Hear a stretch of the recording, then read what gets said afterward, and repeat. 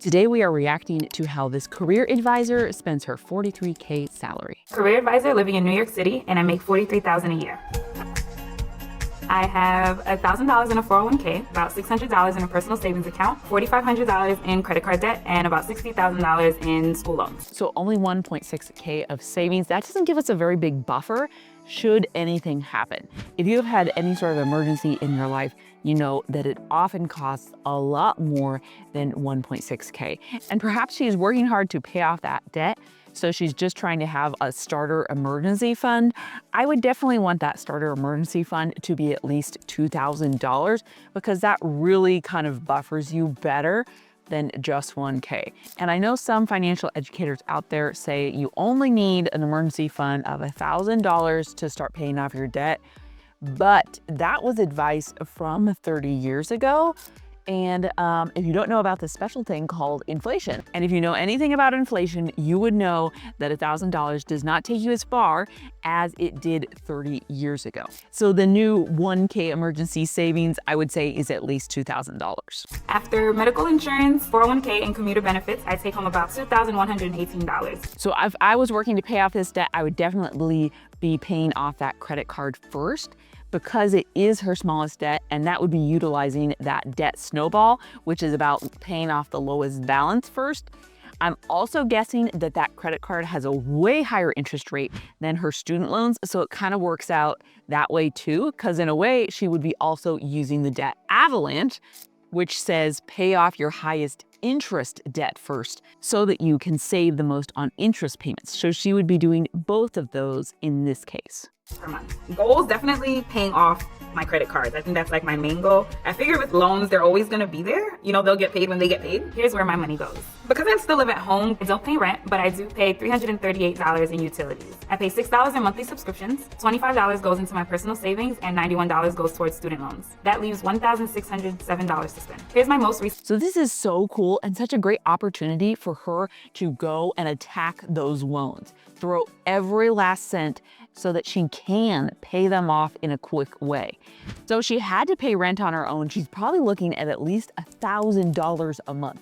So she should be taking that money that she would totally have to be paying in rent to live somewhere and throw it at those loans so that she can just bust those out and get that over with. In a way, if we don't utilize the golden opportunities that we've been given, like being able to live at home or being single with no kids, to pay off that loans, it's just gonna get harder later. Life just gets more and more expensive. So if you're single, you don't have any children, you're not paying rent, that is your moment to attack these debts so they don't hang around for the rest of your life. Card statement. Most frequent purchases. Food, I'm spending way too much money, but because I work downtown Brooklyn, the prices are definitely different than near my house. They're cheaper, but it's been pretty often. I stopped bringing lunch, so I'm trying to start it up again. Oh my gosh, I should stop eating. I could probably spend less at Starbucks. I'm not a coffee drinker, so I like lattes and macchiatos, which is more expensive than coffee, so I could probably cut that down. I'm definitely spending too much money on Ubers, especially with... Okay, I don't want to just pick on coffee and eating out. It's not like those things have something wrong with them in general. It's all about, are they helping us reach our financial goals or taking us away from them? So if she really wants to get serious about paying off that debt, those macchiatos, I bet she could figure out how to make them at home. Even if she had to buy an espresso machine, and I know those can be a couple $100s, in the long run, she could still save money if she figured out how to make that special coffee at home. And maybe a couple times a month, she still goes out and has her fun coffee, has that fun experience. I've seen it's like $10 for one of these fancy coffees. She could be saving herself so much money in the long run. And the same goes for lunches. It's not like this is an intentional experience that she's having with friends. It's like, well, I'm at work and I need to eat and I didn't pack anything. And it's not like this eating out is a special experience with friends or something. This is just like an everyday sort of thing. Like, I went to work, I didn't pack my lunch, and here I am, now I need to eat lunch. I guess I'll just buy something. And that really, really adds up over time and really is holding her back from paying off her debt. In like the same day, which doesn't make any sense. There's some dance classes that like I want to take. So she lives in New York City, and this is one of the very, very few cities in America where you can actually use public transportation to get you where you need to go. So this Uber cost is totally unnecessary. If she has a public transit pass, she could just be using that, and this could just be totally eliminated. I know I'm just saying chop your budget left and right, but I'm looking for that $1,000 that she doesn't have to spend, that she could be spending on paying back those loans every month. So I'm looking for that $1,000 that would have gone to rent. So in New York City, $1,000 for an apartment would probably be a screaming deal. But I'm looking for that $1,000 that she doesn't have to be spending so that she could put that money towards her debts. It's never gonna feel like a good, convenient time to pay off your debts and scrimp and save to make that happen. But let me tell you, and you tell us in the comments too, but things just keep getting more expensive. Budgets are stretched tighter. Inflation is ever present. So it's not like in 20 years, she's gonna be like, oh, now is the perfect time to pay off my debt. She's probably gonna be thinking that less and less. So this really is the time. And the fact that I took a $30 Uber ride means I could have took 3 dance classes. 2 square cash amounts. $4 I was giving a coworker money back since she gave it to me in cash, and $40 went towards, I want to create videos on Instagram about my bad dating experiences in New York City, so I want to have a logo created. I'm really big on like astrology and weird things like that, so I know Mercury's in retrograde right now, and they're telling me not to start anything major until April 15th, so I'm gonna wait. Withdrawal for $20, Hello Tea, the clothing store online. The t-shirt said, T'Challa, holla at your girl, which is from Black Panther, $25.90. I have another withdrawal of $120. I have no idea why I had that withdrawal. This is a beauty supply store near my house, $14.12. Another withdrawal of $200. Where did I get all this money to withdraw? Target, $22.90. So she withdrew $320 and she's not sure where she spent it on. And this is kind of one of the dangers of having a lot of cash in my mind, especially if you are not a receipt keeper. So I know some people are haters on cards, but they keep a record of where you've spent. You go on your app and you can see exactly where you spent your money and what you spent it on. So as you're adjusting your budget, as you're rearranging your money priorities, you can make choices like that. But look, these $320, they just disappeared. And if you have that kind of money in your wallet, you're like, hey, that looks fun. I have money right here, a $50 bill. And if you have that money in your wallet, it's super tempting. You're just like, wow, that looks cool. I should do that. I have money right in my wallet. Here's that $50 bill. 9 cents, so I did cash back of $10. Probably buying feminine products. I went to Turtle Bay, happy hour, $23. That's not so bad. Then I have a Dwayne Reed purchase, which is right next door to my job, $4.48, and then I got cash back of $10. Probably purchased snacks because a lot of times I don't get to move around at work a lot, so I need snacks at my desk to keep me entertained. Largest purchases. This Uber ride, I was headed to the city to a show that my sorority sister was performing. When I got to the place, which was Lidlau House, I spent $43 there off of drinks and food. When I go out, I'll order mixed drinks because I don't like drinking alcohol straight a lot of times. So I'll get like a tequila sunrise or a margarita. My T-Mobile bill, $189.57. So if I were her, I would be prioritizing these experiences with her friends, those nights out with friends, going to their show, as opposed to the coffees and the lunches out, because those coffees and lunches out, those add up really quick, but we're not necessarily getting that connection, that relationship, that experience. But these nights out, yes. So if I was gonna pick one, that's what I would do. Since that's the monthly payment that I split with my sister. Then there's the iTunes bill for my Apple Music, $4.99. I use the email address from school, so like I still get the student discount even though I haven't been in school in 4 years. Square Cash, that was my coworker. She ordered lunch for the both of us, and then I just Square Cashed her the money, which was $10. Then I withdrawed money. I must have owed my sister money or something, but this is $150. Dinner at this place called Fisherman's Cove. Okay, another withdrawal of $150.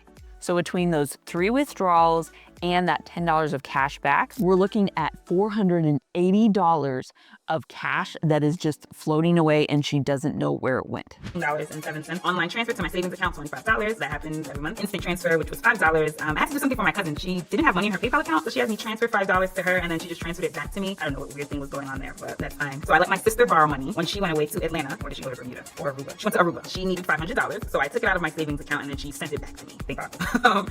I love that she has this automatic transfer to her savings account. That is brilliant. It's only $25 though. I would love to see it be much higher. And if she just didn't do those cash withdrawals, there's $500. And if she packed her lunch, we're looking at $700. So she could easily be putting away $800 a month in an auto transfer to her savings. And then she would be making some serious progress on building a savings account, and then she could put some towards her debt. Quick pay, $30. National Grid, which is my gas bill, I paid $200 that month. Then I have my TV credit card bill, which was $70. I got the Barclays card in order to buy my MacBook, and I paid $45. Then I have another quick pay, $32. I have another National Grid. Why did I pay them twice in the same month? Maybe to get ahead of the game, I have no idea. $33. My Chase credit card that I paid $100 to. My student loans, $91.05, and my PayPal account, $125. Okay, at the beginning, it made it look like she only had the one credit card, but now we're seeing maybe it's more like 3 or 4 credit cards. Because credit cards have such high interest rates, that means if she's only paying the minimum, her overall debt might actually be growing even without her making any additional purchases. So if the total interest payment each month is $200, let's say, but the minimum payment is only $33, that means that the balance on the card is growing by all that leftover interest that she didn't pay that month. And this can be a very dangerous game because it can get you in a lot of hot water and your credit card bill just keeps building and building and you feel like you're not making any progress. And this is part of the reason that it can be so helpful to be super aggressive when you're paying off your debt, because credit cards are super aggressive with their interest rates. Most unusual expense. The Eventbrite ticket, that's not something that I do often, so that'd probably be one of the most unusual purchases. My friend, she has her own company that she's starting, and she's doing a Caribbean style brunch, and she's having different vendors come out to sell their products also. I figure she's probably putting in a lot more money than she's even charging for the event, so I figure why not. iTunes purchase for $5.43. I was probably playing a game, and I wanted something extra on a feature, and I probably bought that. And that's the end of March. Looking at it, this is probably normal. Eventually, I do want to move out of my house, and I can't spend all this money if I want to live alone. I feel like I need to stay home and not eat. And she has a super valid point. If she wants to move out, she's gonna have to stop spending in the way that she is. Now, that doesn't mean she has to stay home, but that doesn't mean she has to stay home and never do anything fun. And it's all about prioritizing what really matters to her. So when I look at this budget, I'm thinking I want to spend that time with my friends. I want to support them in their ventures. So I wouldn't be cutting that out. But I'd be like, do I really care that I'm going to Popeyes for lunch every day? Not really. I could pack my lunch. That's not a social experience for me. And each person has different priorities, so she'd really have to decide for herself what was actually important to her. I think a lot of this miscellaneous spending just happens because we aren't thinking about what's important. Life is just kind of happening to us. And sometimes life just kind of happens to us when we aren't being intentional about our planning. We wake up, it's a little bit too late because we stayed up too late. Then we feel like we need to go and buy that coffee on our way to work. And then we forgot to pack lunch. So then we're buying lunch. And before you know it, that's hundreds and hundreds of dollars a month. What we really want to be doing is sitting down, doing something exactly like this, looking through all of our expenses, deciding what's really important to us and prioritizing those things and then cutting out other things so that our priorities can be clear through our budget. So if one of your priorities is to move out or to grow your savings account or pay down that debt, that should be reflected in your budget. So if my priority is to build my emergency fund, but I'm only putting $25 in my savings account each month, that's telling me that those things are not lining up. When I look at my budget, I want to see what's important to me. It's like that push your money where your mouth is idea. If you're working to pay off that debt, that should be one of your biggest payments. And I should be able to see that from a glance. Doing a spending review like this can be a super eye-opening experience that I think we should all have. If you like videos like this, give this video a thumbs up. Don't forget to subscribe so you don't miss what's coming next. Bye for now.